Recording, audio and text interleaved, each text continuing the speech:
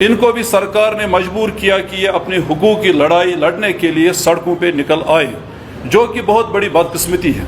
इनकी तनख्वाह सिर्फ 900 रुपया है, जो बहुत बड़ा जुल्म है, बहुत बड़ी नाइंसाफ़ी है इनके साथ। इनकी मेहनत, इनकी लगन और इनका काम काबिल तारीफ़ है। सरकार जहाँ पे दावा करती है कि आज की सरकार ये पब्लिक की सरकार होगी, लोगों की सरकार होगी, वहाँ पर सरकार को ये देखना चाहिए क्या हम गरीब मुलाजमीन जो हमारे हैं उनके साथ अब इंसाफ कर पा रहे हैं कि नहीं, क्या हम मजलूमों की फरियाद सुन पा रहे हैं कि नहीं। ये वो लोग हैं जो 2025 में भी 900 रुपए के मामूली कफाफे पे काम कर रही है। इस जम्मू कश्मीर में इन 10 सालों में, इन 20 सालों में बहुत कुछ बदला, लेकिन अगर कुछ नहीं बदला तो इनकी हालत नहीं बदली, इनकी तनख्वाह नहीं बदली। ये भी घर बार रखती है, इनके पीछे भी इनका अहलो अयाल है, कोई इनमें बेवा है, उसके भी बच्चे हैं, वो किससे मांगेगी, उनके बच्चे किससे मांगेंगे। 900 रुपए में खुदारा आप भी अपना घर बार चलाते हैं, आप भी फैमिलीज रखते हैं। आप मुझे बताइए आज के दौर में, इस सदी में जहां पे आप अपडेटेड और डिजिटल जमाना है, इस दौर में भला खुदारा बताइए 900 के मामूली कफाफे पर एक महीना तनख्वाह पर काम करना क्या कोई कर सकता है? क्या ये जुल्म कोई बर्दाश्त कर सकता है? आज तो मजदूर भी दिन में 600 रुपए लेता है, लेकिन इनकी हालत जार वही की वही है।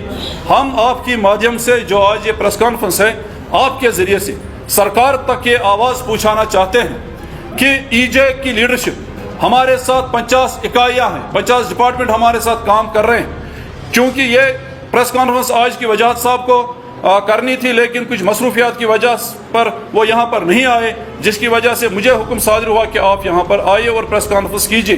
ईजे की पूरी इकाइयाँ, ईजे की पूरी क़यादत मजलूम मुलाजमीन के साथ शाना बशाना खड़ी है, खड़ी रहेगी।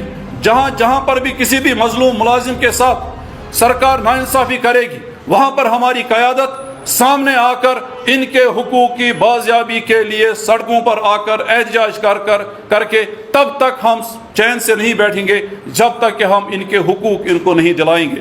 एक दूसरी बात, हमारी सरकार से ये गुजारिश कि आप इनको भी मिनिमम वेजेस एक्ट के दायरे में लाइए, क्योंकि ये भी बीमार होती हैं, इनके पीछे भी इनका अहल अयाल है, किसी का पति ही बीमार है, ये गरीब घरानों से।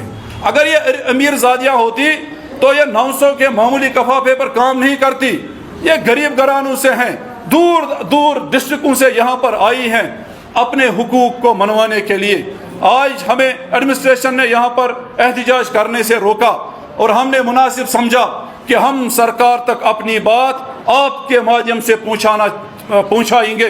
अगर सरकार ने हमारी बात नहीं मानी, अगर सरकार ने हमारी ये बात उसको अमलाया नहीं, इनके मामला, इनके जो हुकूक है उनको कबूल करके उस पर एक्शन नहीं किया, तो हम आइंदा जो इनकी इंटेंसिफाई स्ट्राइक करेंगे, हम इनके साथ शाना बशाना रहेंगे।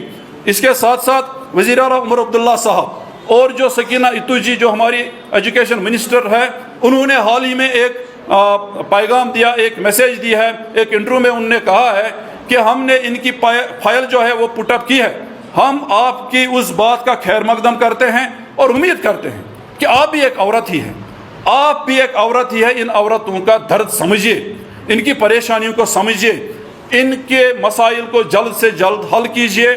ये हमारी गुजारिश होगी एलजी एडमिनिस्ट्रेशन, उमर अब्दुल्ला साहब और सकीना इतू जी को। अगर ये मामला हल नहीं हुए तो आइंदा हम सड़कों पे आएंगे।